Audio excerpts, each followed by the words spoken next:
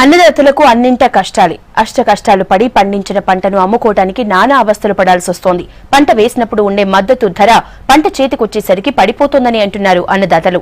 రకరకాల కారణాలతో అధికారులు, వ్యాపారులు మద్దతు ఇవ్వకుండానే ధాన్యం కొనుగోలు చేస్తున్నారని చెప్తున్నారు. సన్నవడ్ల విషయంలో ఈ పరిస్థితి కొనసాగుతోంది. సన్నవడ్ల మద్దతు ధర కాస్త సగానికి పడిపోయింది. ధాన్యం కొనుగోలులో అధికారుల పర్యవేక్షణ కరువైందంటున్నారు రైతన్నలు. కేంద్రం లేవి ఎత్తివేయడంతో దొడ్డు వడ్లను పూర్తిగా సర్కారీ కొనుగోలు చేస్తోంది.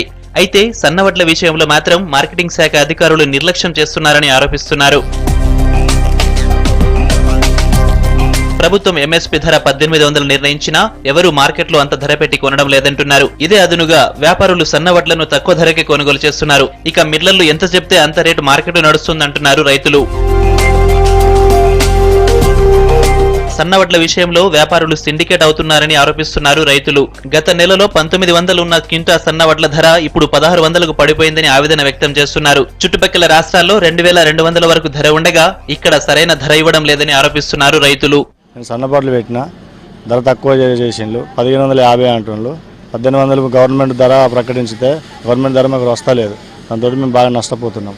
కారణం ఏం లేదు, అవి మ్యాచర్ అంటారు, మ్యాచర్ చూసలేదు, ఏం లేదు, ధర తక్కువ పడ్డది. ఖరీఫ్ లో సన్నవడ్లు పండించిన రైతులు తీవ్రంగా నష్టపోయారు. తక్కువ ధరకు సన్నవడ్లను కొంటున్న వ్యాపారులు సన్న బియ్యాన్ని మాత్రం మార్కెట్లో కింటాకు 5000 వరకు అమ్ముతూ లాభాలు గడిస్తున్నారని ఆరోపిస్తున్నారు రైతులు. ఫైనల్ గా పంట పండించిన తామే తీవ్రంగా నష్టపోతున్నామని ఆవేదన వ్యక్తం చేస్తున్నారు అన్నదాతలు. 1500 క్వింటలు అంటారు.